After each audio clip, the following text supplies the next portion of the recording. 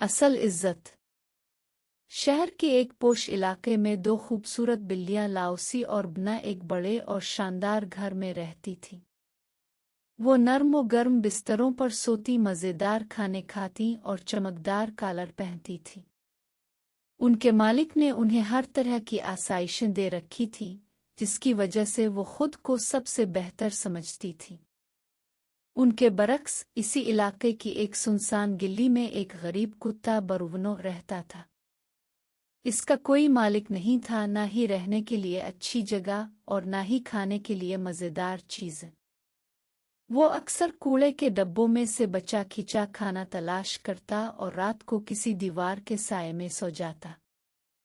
لاؤسی اور بلا کو بروونو پر ترس نہیں آتا تھا، بلکہ وہ اس کا مذاق الفاڑتی تھی۔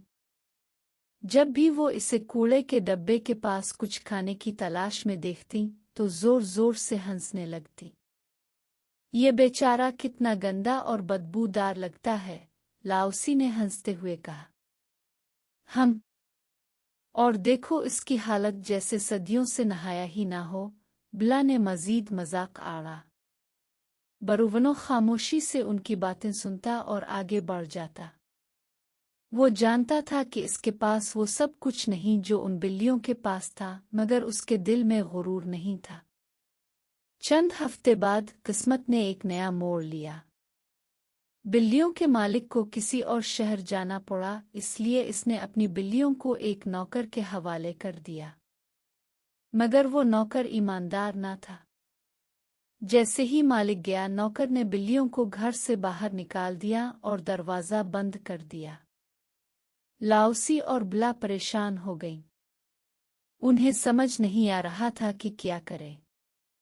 وہ پہلے تو کافی غرور میں رہتی تھیں، مگر اب جب وہ بھوکی پیاسی گلیوں میں بھٹکنے لگے تو انہیں احساس ہوا کہ وہ اکیلی اور بے بس ہے۔